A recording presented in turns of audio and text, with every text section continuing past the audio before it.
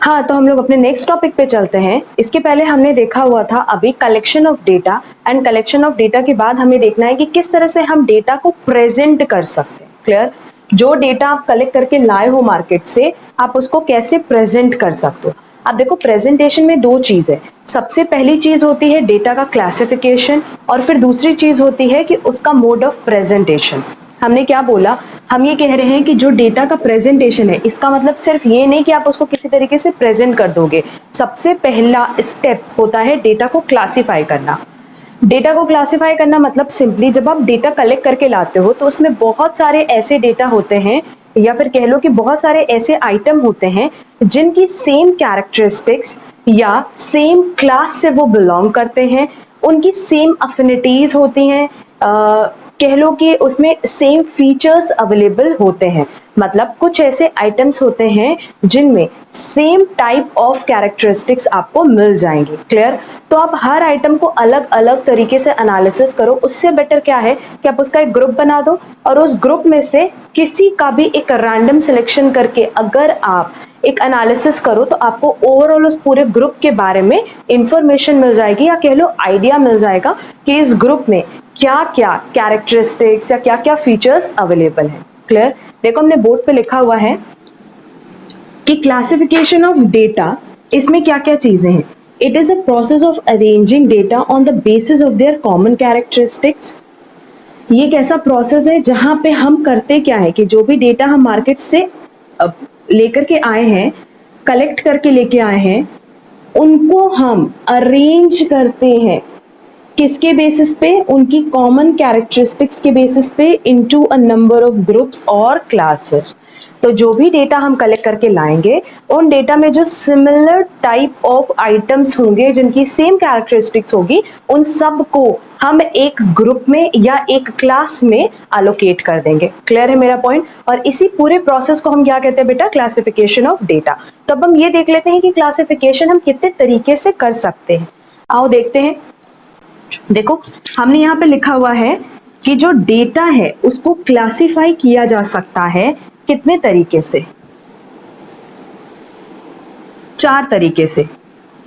किसी भी डेटा को हम 4 तरीके से क्लासिफाई कर सकते हैं, जिसमें पहला हमारा तरीका होगा टाइम के बेसिस पे, दूसरा होगा लोकेशन या स्पेस के बेसिस पे, तीसरा होगा क्वालिटी के बेसिस पे, and last one is quantitative.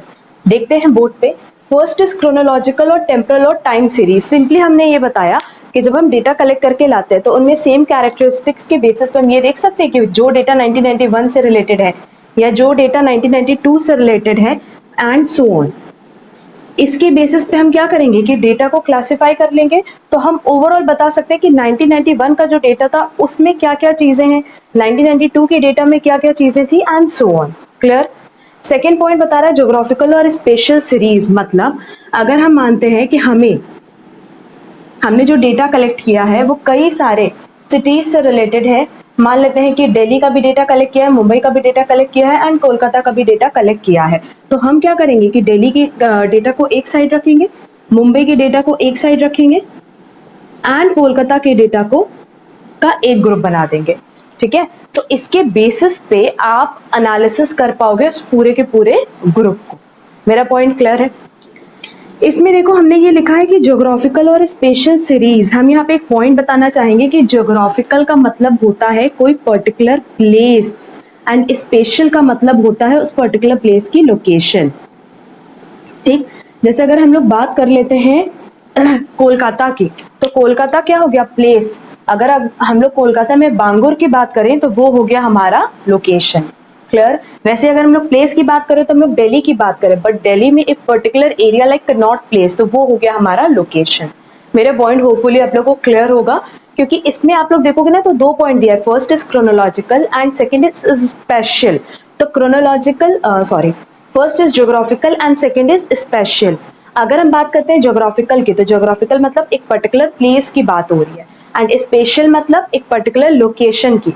तो सिंपली उस पर्टिकुलर प्लेस या लोकेशन से रिलेटेड जितना भी डेटा है, आप उसका एक ग्रुप बना दोगे और उसको उसी के बेसिस पे एनालिसिस करोगे। क्लियर है? नेक्स्ट पॉइंट देख लेते हैं। नेक्स्ट पॉइंट देखो, हमने लिखा हुआ है on the basis of quality अब अगर हम बात करते हैं क्वालिटी की, तो क्या हम क्वालिटी को कैलकुलेट कर सकते हैं इन टर्म्स ऑफ मनी? नहीं, इसीलिए हमने उसका और क्या नाम दिया है? Ordinal data. क्वालिटी जैसे क्या हो गया? अगली, इंटेलिजेंट। अगर हम इसके बेसिस पे अपने डेटा को क्लासिफाई कर रहे हैं तो फिर वो किस तरह का डेटा हो जाएगा? Qualitative data. And last one is quantitative data, that is cardinal data. अगर हम क्वांटिटेटिव की बात करें तो सिंपली हम किसकी बात कर रहे हैं? क्वांटिटी की। एंड क्वांटिटी मतलब जैसे हाइट हो गया, वेट हो गया, सिंपली जिसको हम किसी ना किसी फॉर्म में मेजर कर सके। हाइट वेट की अगर हम बात करें तो सिंपली हम उसको किसी ना किसी फॉर्म में मेजर कर सकते हैं, ठीक है। जैसे ये है तो केजी में कर सकते हैं, ये है तो इंच में कर सकते हैं, सेंटीमीटर में कर सकते हैं। तो सिंपली जब आप किसी डेटा को मेजर कर सकते हो तो उसको हम कहते हैं क्वांटिटेटिव डेटा और कार्डिनल डेटा। क्लियर है ये पॉइंट? तो इस तरीके से हम डेटा को क्लासिफाई कर सकते हैं, क्योंकि अगर आप इस तरह से डेटा को क्लासिफाई करें तो उसको एनालिसिस करना थोड़ा इजी हो जाएगा। एंड डेटा का क्लासिफिकेशन बेसिकली कितने तरीके से होता है? 4 तरीके से। पहला क्रोनोलॉजिकल वे, या फिर कह लो टाइम सीरीज, जहां पे हम डेटा को उनके टाइम या ईयर के बेसिस पे डिस्ट्रीब्यूट करते हैं, मंथ के बेसिस पे डिस्ट्रीब्यूट करते हैं। सेकंड बता रहा है हमारा ज्योग्राफिकल और स्पेशल। तो ज्योग्राफिकल और स्पेशल मतलब क्या हुआ? जहां पे हम डेटा को एरिया के बेसिस पे, लोकेशन के बेसिस पे, प्लेस के बेसिस पे डिस्ट्रीब्यूट कर रहे हैं। नेक्स्ट क्वालिटेटिव डेटा और ऑर्डिनल डेटा, जहां पे आप क्वालिटी की बात करते हो, लाइक अगली, intelligent and so. And last is quantitative और कार्डिनल डेटा, जहां हम डेटा को डिस्ट्रीब्यूट करेंगे उनकी क्वांटिटी के बेसिस पे, कि वो सेंटीमीटर में अगर डिस्ट्रीब्यूट हो सकता है, केजी में हो सकता है, that is height and weight. तो ये 4 तरीका है हमारे पास डेटा को क्लासिफाई करने का। एंड इसके बेसिस पे अगर आप डेटा क्लासिफाई कर लोगे ना तो उसको एनालिसिस करना ईजी होगा। अदरवाइज आप स्टार्ट्स में जितने भी डेटा कलेक्ट करके लाते हो सबको इंडिविजुअली एनालिसिस करना बहुत मुश्किल है। क्लियर है मेरा ये पॉइंट? तो ये हम लोग का पॉइंट था related to classification of data. और अब हम लोग चलते हैं अपने नेक्स्ट पॉइंट पे, जो कि है mode of presentation of data, कि हम अपने डेटा को कितने तरीके से प्रेजेंट कर सकते हैं। ये क्या था? डेटा को क्लासिफाई करना, कि एक बार आपने उसको ग्रुप्स में बांटा, अब ग्रुप्स में बांटने के बाद आप उसको किस तरीके से डेटा को प्रेजेंट कर सकते हो अपनी बुक्स में, इस पे हम लोग चलेंगे mode of presentation of data. ठीक है, इसमें से अगर कोई नोटिंग करनी है तो आप लोग पहले इसकी नोटिंग कर लो, उसके बाद फिर हम लोग नेक्स्ट टॉपिक पे चलते हैं।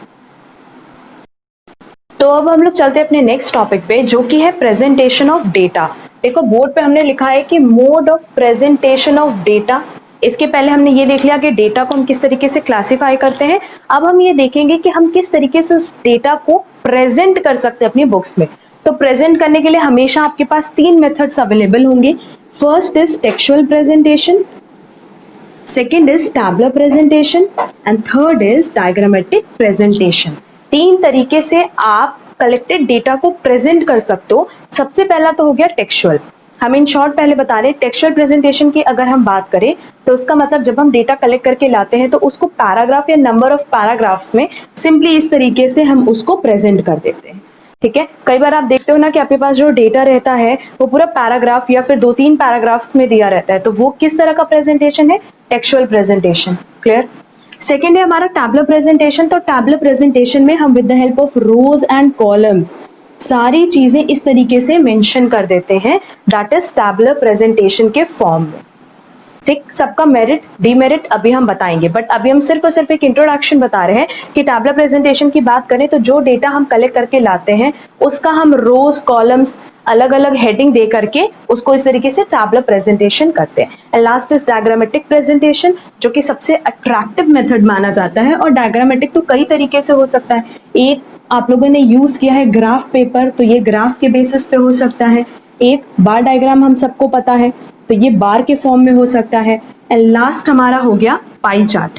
अगर पाई चार्ट की बात करें तो ये है पाई चार्ट, जो कि 360 डिग्री के बेसिस पे डिस्ट्रीब्यूट किया जाता है। क्लियर है? तो ये ओवरऑल हमारे पास 3 मेथड है mode of presentation of data में। हम इनमें से कोई भी ऑप्ट कर सकते हैं, वो हमारे ऊपर है। First is textual presentation. Textual presentation की बात करें तो वहां नंबर ऑफ पैराग्राफ्स या पैराग्राफ इन्वॉल्व होता है और उसके बेसिस पे हम डेटा को प्रेजेंट करते हैं। Second is tabular presentation. तो टैबुलर प्रेजेंटेशन तो इजी है। एंड डायग्रामेटिक प्रेजेंटेशन में हमने 3 पॉइंट्स फर्दर डिस्ट्रीब्यूट किए हैं। First is line diagram, second is bar diagram and third is pie chart. एक एक पॉइंट हम लोग इसका डिटेल डिस्कशन कर लेते हैं। हाँ, तो देखते हैं। सबसे पहले बात कर लेते हैं टेक्सचुअल प्रेजेंटेशन की, इसको भी हम रब कर रहे हैं। तीनों पॉइंट को हम लोग एक एक करके डिटेल डिस्कशन कर लेते हैं, क्योंकि इससे भी एग्जाम में कवरेज अच्छी होती है। पहला देखो, हमने लिखा हुआ यहाँ पे कि टेक्सचुअल प्रेजेंटेशन मतलब क्या। सिंपली हमने बताया कि टेक्सचुअल प्रेजेंटेशन मतलब जो भी आप डेटा कलेक्ट करके लाते हो उसको इस तरीके से आप पैराग्राफ में या नंबर ऑफ पैराग्राफ्स में मेंशन कर देते हो। लिखा है presenting data with the help of a paragraph और अ नंबर ऑफ पैराग्राफ्स। इसी प्रेजेंटेशन को हम कहते हैं टेक्सचुअल प्रेजेंटेशन। तो आप खुद सोचो, अगर इस तरीके से पैराग्राफ वाइज आप डेटा को मेंशन कर दो तो ठीक है। इस तरीके से डेटा को प्रेजेंट करना तो बहुत इजी है, बहुत सिंपल है। कोई भी लेमैन, कोई भी पर्सन इस तरीके से डेटा को प्रेजेंट कर सकता है। क्यों? क्योंकि यहाँ पे आपने जो चीज कलेक्ट की है उसी को पैराग्राफ में लिखना है, कहीं पे भी कोई भी हेडिंग या सब हेडिंग नहीं बनानी। क्लियर? बट इसके डिसएडवांटेज क्या होंगे, डीमेरिट्स क्या होंगे, क्यों लोग ये प्रेजेंटेशन नहीं यूज करेंगे? रीजन भी कि कहीं ना कहीं ये डल है ना, इतना अट्रैक्टिव नहीं है। दूसरा, मोनोटोनियस है। मोनोटोनियस मतलब कि जहां पर रिपीटेटिव नेचर होगा, एक ही पॉइंट को कई बार आगे बताया जा सकता है क्योंकि पैराग्राफ वाइज होगा ना। एंड उसके अलावा देखो, हमने यहाँ पे लिखा है कि कभी भी अगर आप डेटा में ही कंपैरिजन करना चाहो, लेट्स से आपने जो डेटा कलेक्ट किया है वो ग्रेजुएट एंड पोस्ट ग्रेजुएट से रिलेटेड है, ठीक है। हमें ये देखना है कि कितने गर्ल्स, कितनी बॉयज ग्रेजुएट है, कितनी पोस्ट ग्रेजुएट है। तो अगर इस तरह का डेटा हम पैराग्राफ में लिख दें तो उस केस में क्या कंपैरिजन पॉसिबल हो पाएगा? कभी भी पॉसिबल नहीं हो पाएगा। कभी भी हम उस पैराग्राफ से किसी भी तरह का कोई कंपैरिजन नहीं कर सकते। लेट्स से कि हमने जो डेटा कलेक्ट किया है वो है गर्ल्स का, बॉयज का, ठीक। हमें जो डेटा चाहिए गर्ल्स बॉयज से रिलेटेड, हमारा क्या एक मोटिव था? हमारा मोटिव ये जानना था कि कितनी गर्ल्स ग्रेजुएट हैं, कितनी गर्ल्स पोस्ट ग्रेजुएट हैं, एज वेल एज कितने बॉयज ग्रेजुएट हैं, कितने बॉयज पोस्ट ग्रेजुएट है। तो अगर हमने उस डेटा को इस तरीके से पैराग्राफ में मेंशन किया होगा तो आप कभी भी ये नहीं बता पाओगे कि गर्ल्स ज्यादा ग्रेजुएट पोस्ट ग्रेजुएट है कंपैरेटिवली बॉयज के, या बॉयज ज्यादा ग्रेजुएट अंडर पोस्ट ग्रेजुएट है कंपैरेटिवली गर्ल्स के। कभी भी हम बता पाएंगे क्या? नहीं। क्यों? क्योंकि हमारे पास डेटा किस फॉर्म में दिया होगा बेटा? पैराग्राफ वाइज में, और पैराग्राफ वाइज में हम कभी भी कुछ भी एनालिसिस नहीं कर सकते। तो ये इसके 3 डीमेरिट्स हैं, dull, monotonous and comparison not possible. Clear है? तो ओवरऑल टेक्सचुअल प्रेजेंटेशन में सिर्फ इतनी सी चीज बताया कि आप डेटा लाते हो, उसको पैराग्राफ या नंबर ऑफ पैराग्राफ्स में प्रेजेंट कर देते हो, क्योंकि बहुत सिंपल है प्रेजेंट करना, तो कोई भी लेमैन इसको प्रेजेंट कर सकता है। बट ये मेथड हम इसलिए नहीं प्रेफर करते, रीजन बीइंग ये डल है, मोनोटोनस एंड कंपैरिजन यहाँ पॉसिबल नहीं है। इसके अलावा एक और पॉइंट हम बता दें कि एक होता है मैनीफोल्ड। मैनीफोल्ड मतलब क्या होता है कि जब आप अपने डेटा को मोर देन 2 एट्रीब्यूट्स या वेरिएबल्स के साथ प्रेजेंट करते हो। मतलब इफ इन केस मान लो कि हमारे पास 3 सब्जेक्ट्स के डेटा को एनालिसिस करना है, maths, stats and logical reasoning, तो यहाँ पे हमारे पास 2 से ज्यादा एट्रीब्यूट्स हो गए, 2 से ज्यादा वेरिएबल्स हो गए, तो इस प्रेजेंटेशन को हम क्या बोलेंगे? मैनीफोल्ड। एंड अगर टेक्सचुअल प्रेजेंटेशन की बात करें तो टेक्सचुअल प्रेजेंटेशन मैनीफोल्ड के लिए कभी भी प्रेफर नहीं किया जाता। मतलब अगर 2 एट्रीब्यूट्स है, जैसे कि मैथ्स एंड स्टैट्स का कंपैरिजन तो नहीं कहेंगे, मैथ्स एंड स्टैट्स का डेटा कलेक्ट करना है तो फिर भी हम टेक्सचुअल प्रेजेंटेशन यूज कर सकते हैं। बट अगर 2 से ज्यादा एट्रीब्यूट्स या वेरिएबल की बात होगी तो फिर उस केस में हमें टेक्सचुअल प्रेजेंटेशन हम फॉलो नहीं करेंगे, या कह लो कि हम टेक्सचुअल प्रेजेंटेशन प्रेफर नहीं करेंगे। क्लियर है? ये पूरा टॉपिक था रिलेटेड टू टेक्सचुअल प्रेजेंटेशन। अब हम लोग चलते हैं टैबलर प्रेजेंटेशन पे।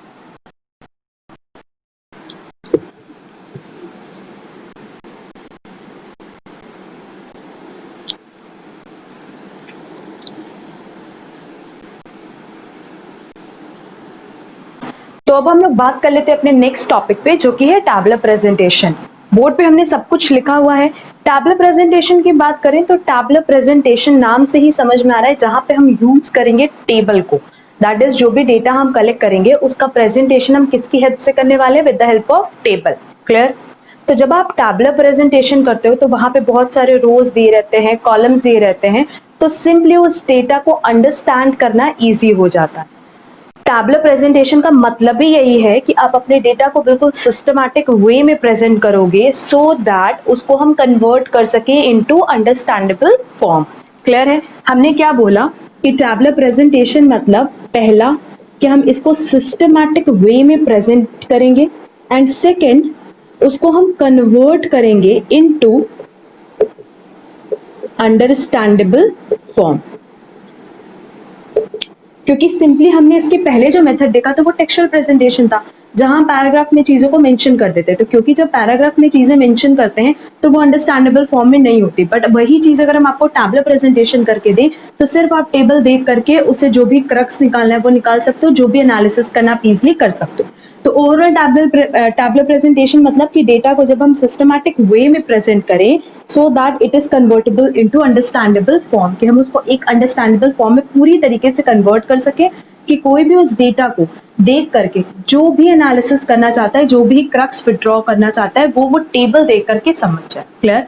देखो हमने लिखा है it may be defined as a systematic presentation of data with the help of a statistical table. हमने क्या बोला कि अगर हम बात करते हैं टैबलर प्रेजेंटेशन की, तो टैबलर प्रेजेंटेशन मतलब जहां हम सिस्टमैटिक प्रेजेंटेशन कर रहे हैं डेटा का, वो भी किसकी हेल्प से? एक स्टैटिस्टिकल टेबल की हेल्प से।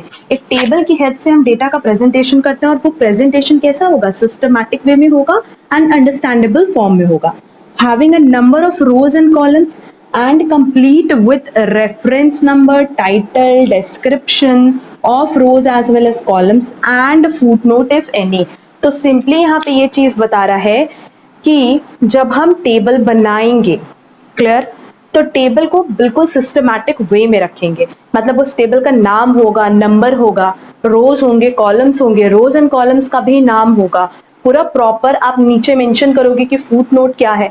तो आप खुद सोचो कि आप टेबल देखोगे तो आपको पता चल जाएगा कि ये टेबल में डेटा किससे रिलेटेड है। जैसे हमने एक एग्जांपल दिया था ग्रेजुएट पोस्ट ग्रेजुएट, तो टेबल में ऊपर हेडिंग होगी ना, comparison between graduate and post graduate students. तो बहुत ही सिंपली हम डेटा का जो मेन मोटिव है वो समझ सकते हैं एंड डेटा को एनालिसिस कर पाएंगे। क्लियर है? तो बेसिकली टैबलर प्रेजेंटेशन में सिर्फ इतनी सी चीज बताया है कि हम एक सिस्टमैटिक प्रेजेंटेशन करते हैं, वो भी किसकी हेल्प से बच्चे?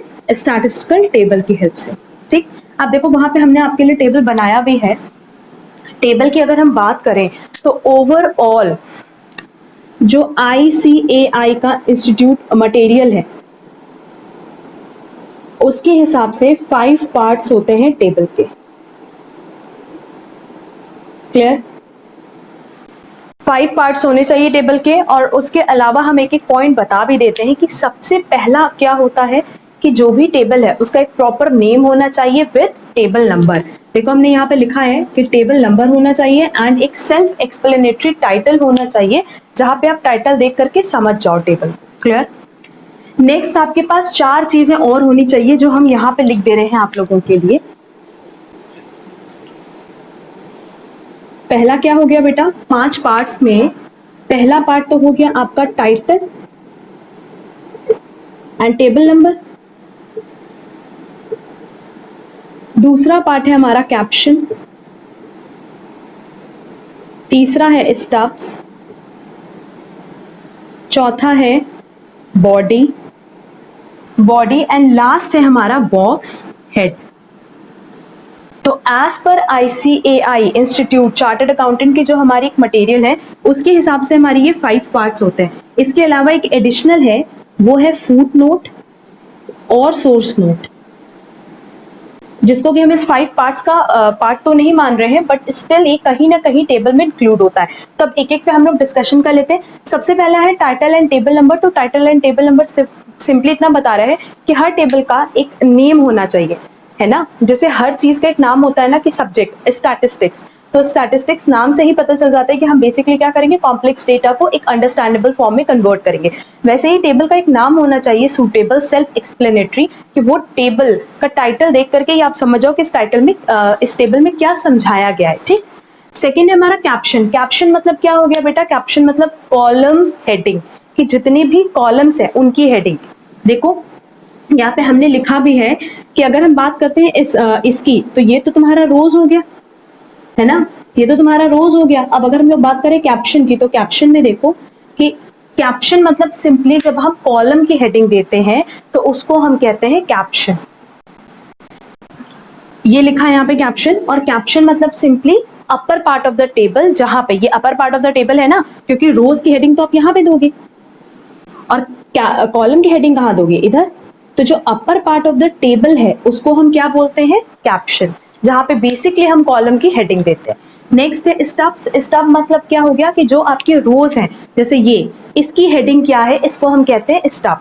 स्टब मतलब सिंपली रोज हेडिंग। तो ये वाला पार्ट आपका क्या हो जाएगा टेबल का, स्टब हेडिंग। और ये कौन सा पार्ट है, देखो अगर हम इस तरीके से खड़े हैं तो ये हमारा हो गया लेफ्ट हैंड, मतलब left part of the table. Table का जो लेफ्ट पार्ट है उसको हम क्या बोल सकते हैं, स्टब, क्योंकि यहाँ पे हम रो की हेडिंग देने वाले। क्लियर। नेक्स्ट है हमारा बॉडी। तो बॉडी सिंपली ये दिख रहा है कि यहाँ पे हम जो भी चीज मेंशन करेंगे रिलेटेड टू टेबल, जैसे अगर मान लो ये टेबल है related to graduate and post graduate students, तो उनका जो डेटा हमने कलेक्ट किया होगा वो हो जाएगा body of the table. And last is box head. Box head मतलब सिंपली क्या होता है, entire upper part of the table. तो आप लोग बोलोगे ma'am upper part of the table तो कैप्शन है, बट कई बार क्या होता है कि इसमें हम नंबर ऑफ मेजरमेंट्स भी लिखते हैं, लिखते हो ना, कि हमने डेटा को यहाँ प्रेजेंट किया है सेंटीमीटर में या फिर स्टूडेंट्स बेसिस पे किया है ना। तो उस केस में ये जो नंबर ऑफ मेजरमेंट भी आप इंक्लूड करोगे उसको हम कह देंगे box head. That is entire upper part of the table को हम क्या बोलने वाले हैं, बॉक्स हेड। क्लियर है। लास्ट देखो लिखा है foot note and source note. तो foot note and source note क्या होता है, दो चीज का ध्यान रखना है। ये जो टेबल आप जहां से कलेक्ट करके लाओगे वो आपका सोर्स है, तो वो सोर्स नोट में मेंशन करोगे कि आपने प्राइमरी डेटा से कलेक्ट किया है, सेकेंडरी डेटा से कलेक्ट किया है, और सो। एंड फुट नोट की अगर हम बात करें तो कई बार क्या होता है कि टेबल में आप कुछ चीज मेंशन नहीं कर पाते हो बट वो इंपॉर्टेंट होती है रिलेटेड टू दिस टॉपिक, तो उस केस में आपको वो मेंशन करना होता है आपके फुट नोट में। आप फुट नोट में वो चीज मेंशन कर देते हो कि ये जो डेटा है इससे रिलेटेड ये भी एक इंपॉर्टेंट पॉइंट है कंसिडर करने के लिए। क्लियर है। तो foot note and source note में डिफरेंस है। सोर्स नोट मतलब आप डेटा कहां से कलेक्ट करके ला रहे हो, एंड फुट नोट मतलब सिंपली होता है कि अगर कोई पॉइंट आपने स्किप कर दिया है जो आप यहाँ प्रेजेंट नहीं कर पा रहे हो तो वो हम लिख देते हैं फुट नोट में। ठीक है। तो ओवरऑल ये सारी चीजें हम यहाँ पे मेंशन कर देते हैं क्योंकि यही इंपॉर्टेंट है, 5 parts of the table and एक एडिशनल है, और एडिशनल में हमारा क्या आ जाएगा बेटा, फुट नोट और सोर्स नोट। पहला क्या हो गया हमारा, टेबल नंबर एंड टाइटल। तो ये कैसा होना चाहिए, सेल्फ एक्सप्लेनेटरी होना चाहिए। सेकंड क्या हो गया, कैप्शन।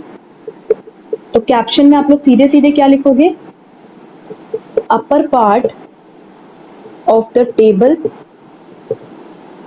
और कॉलम हेडिंग। ठीक। Third stub. स्टब्स की अगर बात करें तो सिंपली ये क्या है, ये हो गया left part of the table, या हम कह सकते हैं और रोज हेडिंग। ठीक। फोर्थ हमारा हो गया बॉडी ऑफ द टेबल। तो बॉडी ऑफ द टेबल मतलब क्या हो गया, main part of the table. And last हमारा क्या बचा है, बॉक्स हेड। तो बॉक्स हेड मतलब entire upper part of the table, entire upper part including, इसमें कैप्शन भी आएगा, है ना, सब कैप्शन भी आएगा, मतलब कॉलम होगी, ये है ना कैप्शन, कॉलम हो गया, और फिर कॉलम का भी सब कॉलम हमने डिस्ट्रीब्यूट किया तो इसकी भी हेडिंग होगी, इसकी भी हेडिंग होगी, एंड यूनिट्स ऑफ मेजरमेंट। तो हमने बोला बॉक्स हेड मतलब कि इंटायर अपर पार्ट, पूरे इंटायर अपर पार्ट को ले रहे हैं including caption, sub caption as well as number of या फिर कह लो यूनिट्स ऑफ मेजरमेंट, और last foot note and source note को हमने पहले ही डिफाइन कर दिया। तो ये ओवरऑल हमारा टैबलर प्रेजेंटेशन है।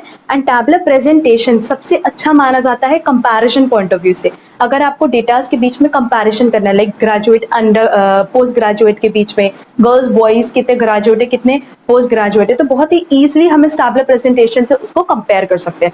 टेक्सचुअल प्रेजेंटेशन का सबसे बड़ा डीमेरिट था कि वहां कंपैरिजन पॉसिबल नहीं था, बट अगर हम लोग टैबलर प्रेजेंटेशन की बात करें तो यहाँ पे कंपैरिजन बहुत ही ईजिली पॉसिबल है।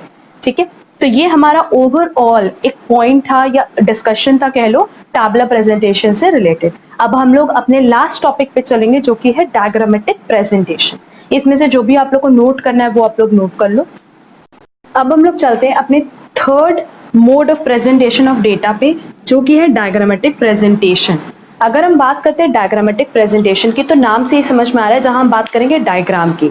एंड डायग्रामेटिक प्रेजेंटेशन एक सबसे अट्रैक्टिव मेथड माना जाता है ना, एक ऐसा मेथड जो एडुकेटेड लोगों को भी समझ में आएगा एंड अनएडुकेटेड लोगों को भी समझ में आएगा, क्योंकि जब आप कोई चीज डायग्राम में देते हो तो वो बहुत ही इजीली आप कह लो कि अंडरस्टैंड की जा सकती है। क्लियर?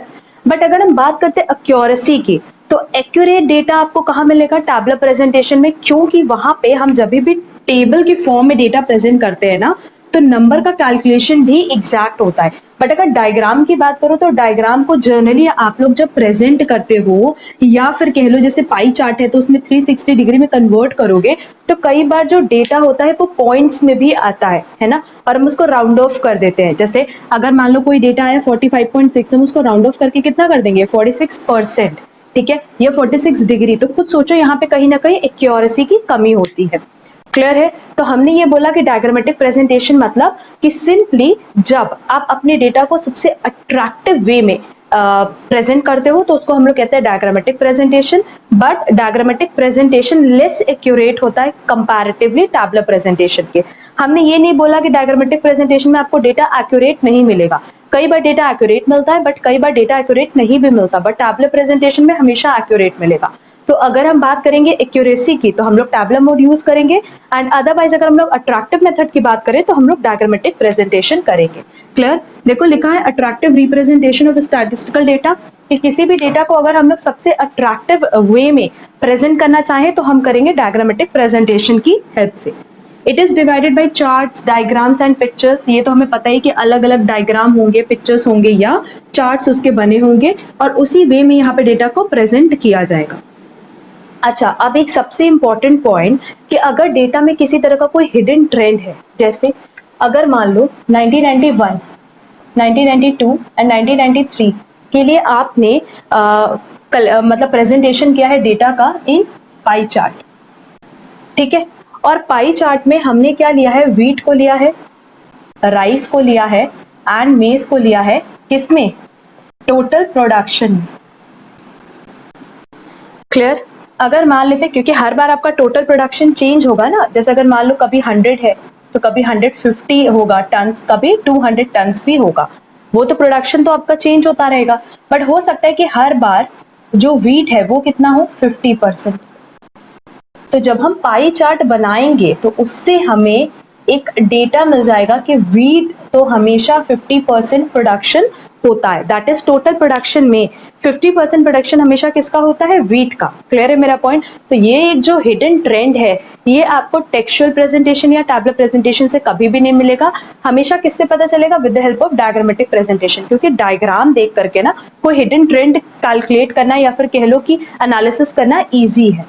लिखा है any hidden trend present in the given data can be noticed only in the mode of presentation, in this mode of presentation, कि इस मोड ऑफ प्रेजेंटेशन की हेल्प से अगर हमारे डेटा में किसी भी तरह का कोई हिडन ट्रेंड होगा तो वो भी हम फाइंड आउट कर सकते हैं। तो ओवरऑल हमने 3 पॉइंट्स में सिर्फ इतना बताया कि सबसे अट्रैक्टिव मेथड है जहां हम चार्ट्स का, डायग्राम्स का एंड पिक्चर्स का हेल्प लेते हैं। इसके अलावा अगर कोई हिडन ट्रेंड है तो वो इससे इजिली फाइंड आउट किया जा सकता है।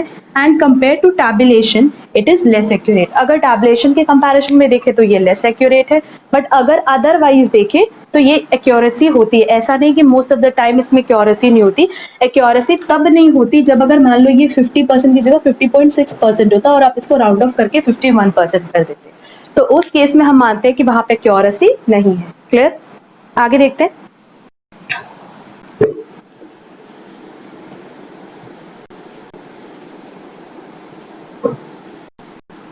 अब हमने ये तो समझ लिया कि डायग्रामेटिक प्रेजेंटेशन को हम चार्ट्स की हेल्प से, पिक्चर्स की हेल्प से प्रेजेंट करते हैं, डायग्राम की हेल्प से प्रेजेंट करते हैं।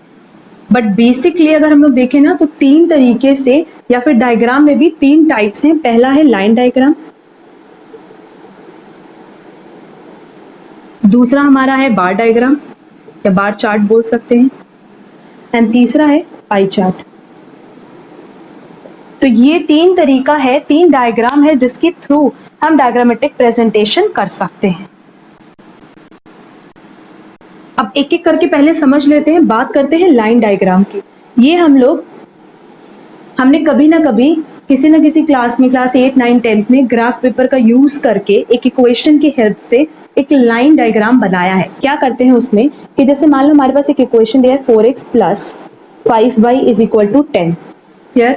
इसमें हम क्या करते हैं, x और y की कुछ वैल्यूज, जैसे x की मान लो वैल्यू हमने अज्यूम की 0, 1, 2, इसके बेसिस पे y की वैल्यू कैलकुलेट कर लेते हैं।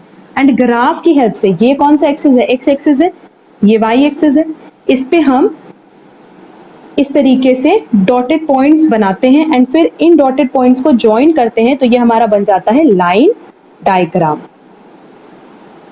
क्लियर है? That is x and y के इक्वेशन से जब हम x एंड y के कुछ वैल्यूज कैलकुलेट करते हैं and with the help of this plotted points हम एक लाइन बनाते हैं, इसको ज्वाइन करके, उसी को हम कहते हैं line diagram. Clear? Line diagram को हम और क्या बोलते हैं, हिस्टोग्राम नहीं, हिस्टोरियाग्राम। ये इंपॉर्टेंट है कि लाइन डायग्राम का एक और नाम है, दैट इज हिस्टोरियाग्राम। ठीक है, हिस्टोग्राम नहीं बोला हमने बोला हिस्टोरियाग्राम। तो इसको भी आप लोग को याद रखना है कि line diagram is also known as historiagram. Clear? अच्छा, इसके अलावा इसमें कुछ और इंपॉर्टेंट पॉइंट्स है, वो भी हम आप लोग को बता देते हैं। लाइन डायग्राम को हम और क्या बोलते हैं, टाइम सीरीज। ठीक है, तो इफ इन केस मान लो बहुत ज्यादा वाइड फ्लक्चुएशन हो हमारे टाइम सीरीज डेटा में, हमने क्या बोला कि अगर हमारे टाइम सीरीज डेटा में बहुत ज्यादा फ्लक्चुएशन है, बहुत ज्यादा उस डेटा में इंक्रीजिंग या डिक्रीजिंग फैक्टर इन्वॉल्व है, तो उस केस में हम किसकी हेल्प लेते हैं, लॉग चार्ट की और रेशियो चार्ट की। क्लियर? हमने ये चीज बोला कि अगर लाइन डायग्राम की बात करें तो उसको हम टाइम सीरीज भी कहते हैं। तो बेसिकली हम तो एक्स और वाई की हेल्प से प्लॉटेड डायग्राम, प्लॉटेड डॉट के थ्रू एक लाइन ड्रॉ कर देते हैं। बट अगर हमारा ये जो टाइम सीरीज का डेटा है उसमें बहुत वाइड फ्लक्चुएशन है, कभी 10,000 दिया है तो कभी 1 लाख दिया है, फिर कभी 50,000 दिया है तो फिर कभी 50 लाख दिया है, इस तरीके से अगर डेटा दिया है ना, तो फिर आप ये जो हमने लाइन डायग्राम बताया इसको हेल्प यूज ना करके आप लॉग चार्ट या रेशियो चार्ट की हेल्प से डेटा को प्रेजेंट करते हो। क्लियर? इसके अलावा देखो मेरे को एक दो और पॉइंट इसमें डिस्कस करना है, अभी इसको हम हटा रहे हैं। एक होता है मल्टीपल लाइन चार्ट, क्लियर, और एक होता है हमारे पास मल्टीपल एक्सिस चार्ट। नाम से ही समझ में आ रहा है कि अगर हम मल्टीपल की बात करेंगे इसका मतलब 2 और मोर रिलेटेड टाइम सीरीज, ये तो क्लियर है। जहां पे हम किसकी बात करें बेटा, 2 और मोर रिलेटेड टाइम सीरीज, इसका मतलब क्या आप लोग पूछोगे, तो देखो यहां पे हमने अभी जो डेटा प्रेजेंट किया था उसमें हमने क्या बोला था कि हमारे पास एक इक्वेशन रहेगा 4x + 5y = लेट्स से 7। तो इस तरीके से हम लोग प्रेजेंट कर रहे थे। तो ये किस तरह का डायग्राम था, सिंपली ये था तुम्हारा लाइन डायग्राम, सिंपल या सिंगल। बट अगर लिखा है मल्टीपल लाइन चार्ट और मल्टीपल एक्सेस चार्ट, तो मल्टीपल मतलब जहां एक से ज्यादा हमारे पास इक्वेशन अवेलेबल होगा, जैसे 4x + 5y = 7 है, इसके अलावा 5y + 4x = 9 भी अवेलेबल होगा, तो उससे हमारी एक और लाइन ड्रॉ हो जाएगी। तो जब भी हम अपने एक ही ग्राफ पे एक से ज्यादा टाइम सीरीज को प्रेजेंट करते हैं उसको हम बोलते हैं मल्टीपल। तो मल्टीपल लाइन चार्ट मतलब 2 और more related time series, and multiple axis chart मतलब 2 और मोर रिलेटेड टाइम सीरीज। अब आप लोग बोलोगे मैम दोनों में डिफरेंस क्या है, तो याद रखना कि अगर लाइन चार्ट की बात कर रहे हैं तो ये सेम यूनिट में ही मेजर्ड हुआ होगा, ठीक है, एंड अगर हम एक्सेस की बात कर रहे हैं तो ये डिफरेंट यूनिट्स में मेजर होगा। क्लियर है? तो अगर सेम यूनिट में है है ना। अगर मान लो ये भी x है, ये x एक्सिस है, ये y एक्सिस है, सेंटीमीटर की बात कर रहे हैं, हमने ये पहला प्रेजेंट किया, दूसरा प्रेजेंट किया, तो ये मल्टीपल लाइन चार्ट हो जाएगा। बट अगर मान लो सेंटीमीटर के साथ साथ डेटा दिया हुआ है मीटर में, तो ये एक हो गया हमारा और एक ये हो गया, तो हमने क्या किया, अलग अलग एक्सिस पे उसको प्रेजेंट किया, that is multiple axis chart. तो ये पॉइंट प्लीज याद रखना, ये इंपॉर्टेंट पॉइंट है कि दो चीज यहाँ दी है, multiple line chart and multiple axis chart. दोनों ही का मतलब होता है कि जब हम दो या दो से ज्यादा रिलेटेड टाइम सीरीज को प्रेजेंट करें, बट एक जब सेम यूनिट में अगर मेजर्ड हो रहा है तो वो मल्टीपल लाइन चार्ट है, एंड डिफरेंट यूनिट्स में मेजर्ड हो रहा है तो वो मल्टीपल एक्सिस चार्ट। क्लियर, इसको नोट डाउन कर लो। तो अब चलते हैं हमारे नेक्स्ट टॉपिक पे, जो कि सिंपली है डायग्राम की बात करते हैं, डायग्रामेटिक प्रेजेंटेशन। पहला प्रेजेंटेशन हमने देख लिया इसमें, जो कि हमारा लाइन डायग्राम था। नेक्स्ट है हमारा बार डायग्राम। अब बार डायग्राम की भी अगर हम बात करें तो बार डायग्राम हम सबको पता है कि हम इस तरीके से एक डायग्राम बनाते हैं, जिसपे इस तरीके से आपको बार ड्रॉ करना होता है। क्लियर, जो इसकी विड्थ है, हर एक की विड्थ क्या होगी, इक्वल होनी चाहिए। एंड अगर हम हाइट की बात करें बेटा, तो हाइट किस पे बेस्ड होगी, उसकी फ्रीक्वेंसी पे। क्लियर, तो हमने बोला कि जो विड्थ है वो हमेशा इक्वल होगी, हाइट फ्रीक्वेंसी पे डिपेंड करेगी, एंड इसके बीच का जो गैप है उसकी विड्थ भी क्या होनी चाहिए, इक्वल। क्लियर है। तो बार डायग्राम में एक चीज याद रखना कि जब भी हम बार बनाते हैं तो उसके बीच में डिफरेंस होता है।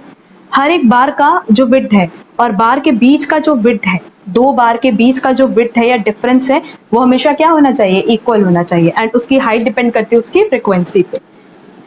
बार डायग्राम को आप दो तरीके से प्रेजेंट कर सकते हो, फर्स्ट इज हॉरिजेंटल,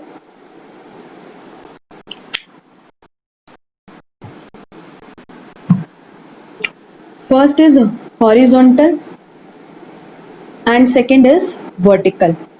ये दो तरीका है जिसके थ्रू आप अपने बार डायग्राम को प्रेजेंट कर सकते हो। मतलब चाहे तो आप अपने बार्स को इस तरीके से बना सकते हो या इस तरीके से भी ड्रॉ कर सकते हो। तो यहाँ पे हमारे पास बार डायग्राम के लिए दो मेथड है, first is horizontal and second is vertical. Clear है। ये हमने क्या बोला कि बार डायग्राम को ड्रॉ करने का तरीका है, ये टाइप्स ऑफ बार डायग्राम नहीं है। टाइप्स, अगर बार डायग्राम के टाइप्स की बात करें तो ये टाइप्स ऑफ बार डायग्राम नहीं है, बल्कि वे ऑफ प्रेजेंटेशन है कि किस तरीके से हम इसका प्रेजेंटेशन कर सकते हैं। अगर हॉरिजॉन्टल की बात करोगे बेटा, तो यहाँ पे अब हॉरिजॉन्टल बार डायग्राम हम कब यूज करते हैं, जब हमारा डेटा क्वालिटी वाइज दिया हो, दैट इज क्वालिटेटिव डेटा हो, और डेटा वैरिंग ओवर स्पेस हो। दोनों के ही केस में देखो कि जहां पे चीजें क्वांटिटी में नहीं है, टाइम में नहीं है, मतलब क्वांटिटी में नहीं होगी तो हम क्या यूज करेंगे, हॉरिजॉन्टल। दैट इज जब क्वालिटेटिव डेटा की बात करें या डेटा वैरिंग ओवर स्पेस की बात करें। बट अगर वर्टिकल की बात कर रहे हैं तो क्वालिटेटिव डेटा की नहीं बात करेंगे, क्वांटिटेटिव की बात करेंगे। क्वांटिटेटिव और डेटा वैरिंग ओवर टाइम। तो सिंपली हमने क्या बोला कि अगर बाइफरकेशन की भी बात करें तो हॉरिजॉन्टल बार डायग्राम हम तब यूज करते हैं जब हम चीजों को क्वालिटी में रखते हैं, दैट इज कैलकुलेट नहीं कर सकते। तो दो चीज हो गई, एक तो क्वालिटेटिव डेटा हो गया और डेटा वेरिंग ओवर स्पेस हो गया। बट वर्टिकल की बात करें तो वर्टिकल बार डायग्राम हम तब यूज करते हैं जब हम डेटा को इजिली कैलकुलेट या कंप्यूट कर सकते हैं, तो वो हो गया क्वालिटेटिव डेटा और data varying over time. Clear है। ये सारे इंपॉर्टेंट पॉइंट्स है, वही हम डिस्कस करें। नेक्स्ट, अगर हम टाइप्स ऑफ बार डायग्राम की बात करें तो 6 तरह के बार डायग्राम हो सकते हैं। पहला है हमारा सिंपल बार डायग्राम, सेकंड है मल्टीपल और ग्रुप्ड बार डायग्राम, थर्ड है कंपोनेंट और सब डिवाइडेड बार डायग्राम, फोर्थ है परसेंटेज बार डायग्राम, फिफ्थ है डिवाइडेड और deviation bar diagram, and six broken bar diagram. ठीक है, तो ओवरऑल हमारे पास ये 6 तरीके से हम बार डायग्राम को कह सकते हैं कि टाइप्स ऑफ बार डायग्राम में ये 6 हैं, simple, multiple, component, percentage, divided और ब्रोकन बार। सिंपल की अगर बात करें तो सिंपली ये देखो, हमने ये बार डायग्राम बनाया है जहां पे हमने डेटा किससे रिलेटेड लिया, ओनली फॉर व्हीट। क्लियर। अगर मल्टीपल और ग्रुप्ड की बात कर रहे हैं तो व्हीट के साथ मान लो यहाँ पे हमने राइस भी ले लिया और हम इस तरीके से इसको प्रेजेंट कर दें तो ये मेरा किस तरह का डेटा हो जाएगा, मल्टीपल और ग्रुप्ड बार डायग्राम। कंपोनेंट और सब डिवाइडेड बार डायग्राम की बात करें, अगेन हमने लिया है व्हीट एंड राइस 1991 1992 से रिलेटेड इस तरीके से डेटा हमने प्रेजेंट किया जिसमें ये वाला पोर्शन तो व्हीट का है, ये पोर्शन किसका हो जाएगा, राइस का। अगेन ये पोर्शन व्हीट है और ये पोर्शन राइस हो। क्लियर। नेक्स्ट देखो, परसेंटेज बार डायग्राम की अगर बात करें तो परसेंटेज में हर एक बार डायग्राम की जो हाइट है वो कितनी होगी बेटा, 100%। बट उसमें ये वाला पोर्शन व्हीट है, ये राइस है, ये व्हीट है, ये राइस है। क्लियर। डिवाइडेड और डेविएशन बार डायग्राम की अगर हम बात करें, हम यहां पे बना देते हैं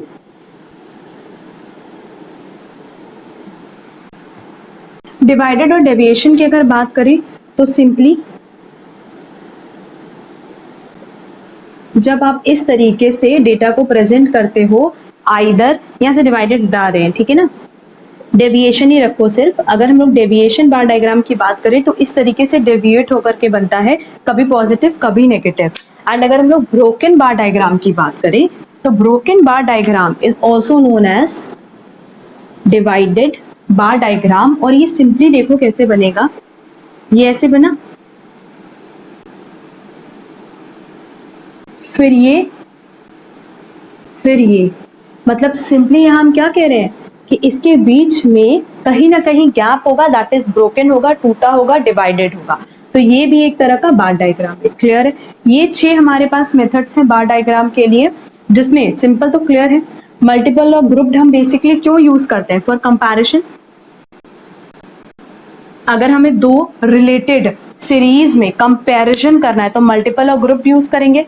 कंपोनेंट में तो कोई दिक्कत नहीं है। परसेंटेज भी बेसिकली हम क्यों यूज करते हैं, ताकि हम इसके बीच में जो भी कंपैरिजन है वो कर सके और एक होल का भी कंपैरिजन कर सके।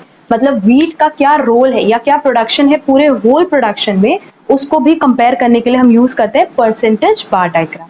मेरा पॉइंट क्लियर है। बस इतना सा ही पॉइंट था इसमें कि टाइप्स ऑफ बार डायग्राम ये 6 होते हैं एंड बार डायग्राम को प्रेजेंट करने का तरीका 2 होता है, हॉरिजॉन्टल एंड वर्टिकल। कई बार आप लोग इसमें कंफ्यूज हो जाते हो, आपको लगता है कि टाइप्स ऑफ बार डायग्राम 2 होता है, हॉरिजॉन्टल एंड वर्टिकल। नहीं, वो वे ऑफ प्रेजेंटेशन है एंड टाइप CH 6 होते हैं। क्लियर। चलते हैं लास्ट मेथड पे जो कि है हमारा पाई डायग्राम।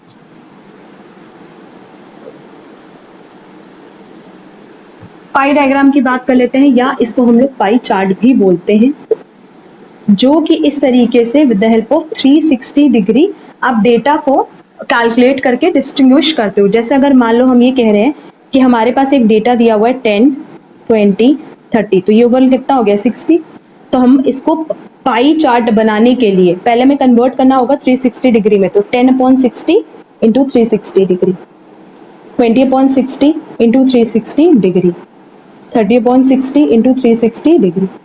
इस तरीके से हम क्या करेंगे, अपने डेटा को कन्वर्ट कर लेते हैं किसमें, 360 डिग्री में, और फिर इस पाई चार्ट पे उसको प्लॉट कर देते हैं। तो ये हो गया हमारा पाई चार्ट और पाई डायग्राम। एंड पाई डायग्राम में बेसिकली क्या करते हैं कि हर कंपोनेंट का टोटल वैल्यू पे कितना इंपैक्ट है वो ये बताता है। तो पाई चार्ट क्या बताता है, हर कंपोनेंट का टोटल वैल्यू पे कितना इंपैक्ट है। अगर हमें इसको कैलकुलेट करना है तो हम हेल्प लेंगे पाई चार्ट और पाई डायग्राम की। ठीक है, तो ये हमारे पास 3 मेथड था, किसमें, डायग्रामेटिक प्रेजेंटेशन में। डायग्रामेटिक प्रेजेंटेशन में 3 चीजें हमने देखी, first is line diagram, second is bar diagram and third is pie chart. Clear है। तो ये ओवरऑल हमारा आज का कॉन्सेप्ट था related to mode of presentation of data. Clear. अगर यहां तक के टॉपिक में आपको किसी भी तरह की कोई प्रॉब्लम होगी तो कमेंट बॉक्स में कमेंट करके मुझसे जरूर पूछना। आज के लिए बस इतना ही, एंड इस टॉपिक का या कह लो इस चैप्टर का जो रिमेनिंग पोर्शन है उसको हम नेक्स्ट क्लास में अपलोड करेंगे। आज के लिए बस इतना ही। Thank you so much.